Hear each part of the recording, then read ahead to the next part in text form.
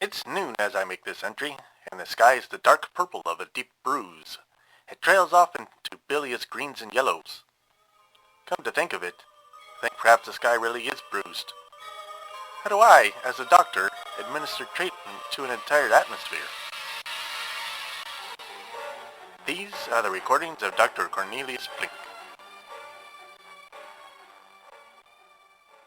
The police have been going around town, handing out a paper that is a general warning of some sort. I do believe this might be a reaction to the Knees Up dance hall massacre. It warns Arkham citizens to be on the lookout for, and I quote, men acting with a questionable purpose. I'm afraid I don't find this particularly comforting, since the Arkham PD's officers are usually the individuals who seem to be acting in the most questionable manner around town. I've become more concerned about the gangster with the strange round marks across his torso. I lost track of him during the shooting at the dance hall, but while I was able to observe him, before the bullets thickened the atmosphere, not only was he not looking like he was healing, he was looking like he was considerably worse than when I first saw him in my office. I may not approve of his lifestyle and occupation, but I have a duty to aid him if at all possible. However, I hardly think going around town and asking for a gangster would be conducive to my own continued good health. So, if any of you listeners know the bootlegger that I mean, do let him know I am looking for him. In a good way. I found some camping gear in the cellar, a canvas tent and the like. Its purpose is lost on me. While I used to enjoy sleeping out under the stars as a boy, the war cured me of the desire to sleep on anything but a quality bed ever again. The strange part of all this is that this gear isn't mine. But then again, the cellar isn't really mine either, both having appeared after my house disappeared and then reappeared on its own. So I guess I've come out ahead? A young man working in the Arkham Advertiser advertising department called and offered me a free ad looking for a nursing assistant. Apparently, I've paid for so many of them now that they're giving me one out of pity. I went ice skating in the frozen Miskatonic again today. Last time I tried this, I ended up seeing a dead body. I was therefore a bit reluctant to look down. However, the siren call of the cold waters below the thick layer of ice finally pulled my eyes down. Thankfully, there were no dead bodies this time, just ice. Of course, when I looked back up, everyone else who had been skating in my vicinity had disappeared without a trace. But still, no dead bodies, so I'll count that as a win. I am an absolute machine these days when it comes to researching and writing medical papers. My latest, Arsenic for Clean Skin and Keeps You Thin, is burning in my hot little hands as we speak. Prepare your eyes for greatness, medical world.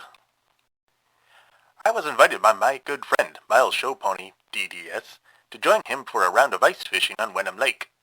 We sat in a freezing little outhouse-sized shack with our lines in a hole in the ice and drank copious amounts of what I believe was some kind of bathtub moonshine. Miles has learned about my looking into the health of the ladies of the night that ply their wares near the river. He plied me with questions. Were they all really as beautiful as he'd heard? Was I friends with them?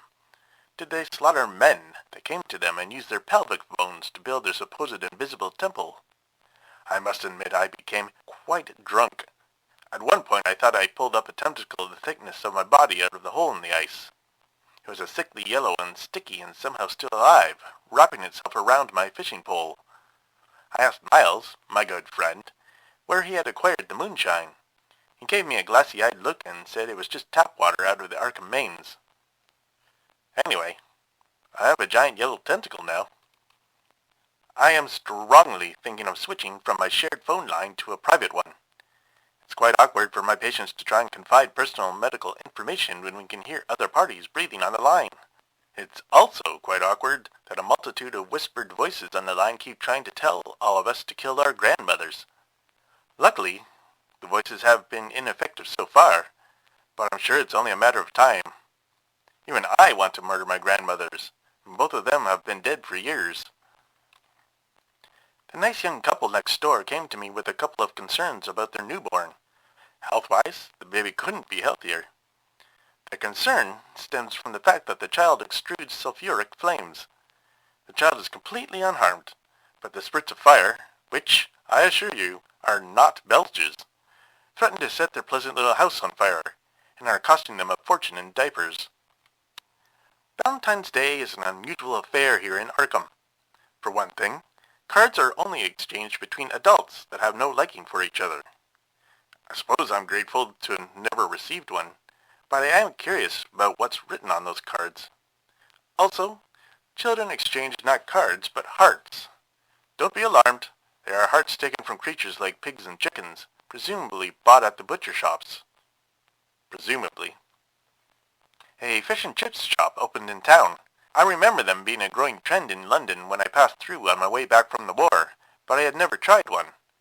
I ordered a one-piece halibut and chips with mushy peas as a side. The bundle of food, wrapped in brown paper, which in turn was wrapped in old newspaper, smelled delicious.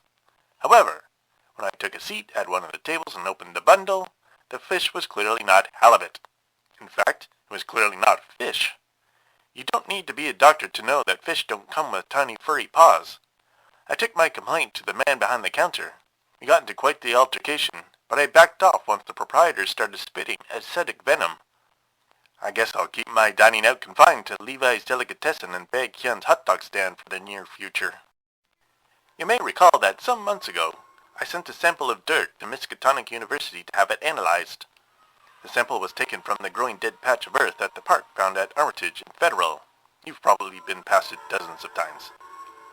At the time, representatives of the university became quite cross with me because the dirt refused to be analyzed, and even assaulted a student.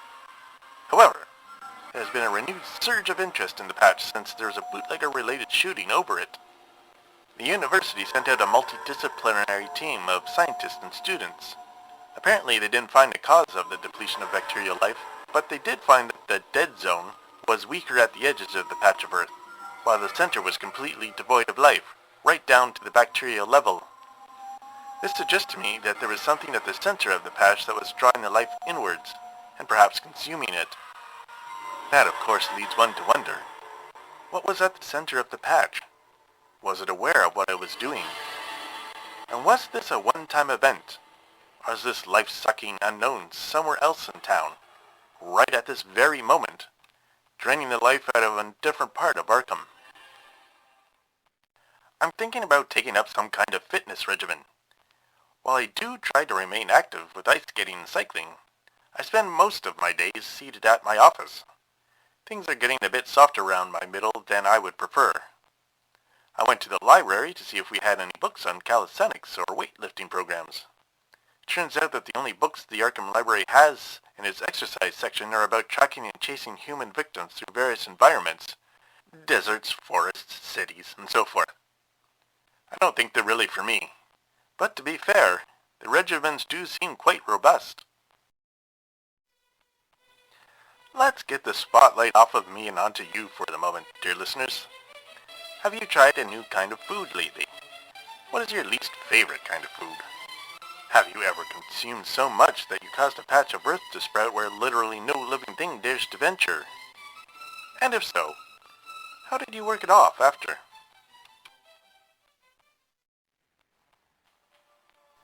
There have been a rash of unexplained break-ins through multiple neighborhoods of the town. The police are baffled. To be fair, the rank-and-file officers of the Arkham PD are puzzled by bright lights in basic English, so it shouldn't be a complete surprise.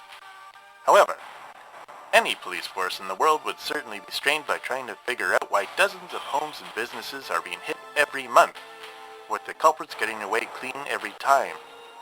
The truly strange item noted in the Arkham Advertiser is that the thief, or thieves, is taking only small items. Small earrings, cufflinks, and most a ring with a fairly large stone. This, despite the fact that cash is often found left untouched right beside where the items have been stolen. Police might have no suspects, but I do.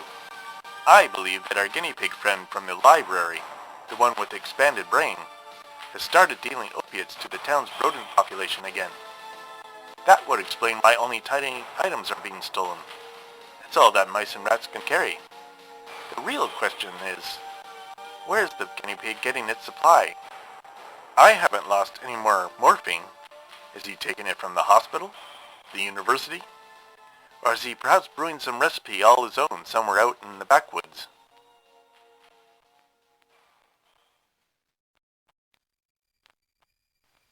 I've mentioned in these records before that the quote-unquote respectable people of Arkham have no knowledge of the massacre at the Knees-Up Dance Hall, and that when you try to tell them about it, they forget it within minutes, like their minds are being forcefully washed clean. As I've also noted, I have no problem remembering the incident. The violence of it is vividly etched in my mind. I must admit that my ultimate conclusion is that I am no longer considered one of the respectable residents of this town, and this bothers me quite a bit. I feel a deep desire to improve my standing in the eyes of whatever force is being used as the mind wipe, or, to be more specific, in the eyes of the people utilizing the force. To that end, I tried once again to attend a town council meeting, in an effort to show that I care. If you'll recall, they're held at the real town hall, the one where the gargoyle heads not only turn to follow you, but occasionally shout down rude things about your mother. I showed up 15 minutes early for the meeting, but when I tried to head inside, the door I was reaching for turned into a charcoal drawing. I banged my knuckles against what was now a wall, with a convincing door drawn on it. I tried a side door, and the same thing happened. My knuckles were now sore and raw. I was unable to demonstrate my commitment to be a solid citizen. Plus I got charcoal on my suit. One of the guild ladies of the night from down by the river came to my office today. She had a bad cut along the palm of one hand. I suppose it is a weakness of the male species that we can be driven to distraction by a woman of superlative beauty. That's certainly what happened during her visit. I deliberately had to look away from her face as I tended to her wound. Even so, I was always conscious of her pearlescent gills which I could see shimmering out of the corner of my eye. While I was cleaning the wound, I found a fragment of a whitish material. Before I could gather my thoughts, I blurted out a question, asking if this was a bit of bone lodged in the cut. She admitted that it was, and went further by saying that it would probably be best if I didn't make any further inquiries.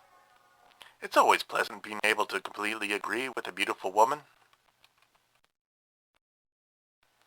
3 nights ago, I had to walk back home at the end of the day through an intense fog. I don't mean that the fog was particularly thick. I mean that it was intense. It kept pulsating in and out along the streets, back and forth from the direction of the river, like something was breathing, something immense and aggravated. Not only was it unnerving, this suction and blowing made it especially difficult to keep my hat in place. There's a new subway entrance at College and Garrison. There's just one little hiccup that I can see. Arkham doesn't have a subway.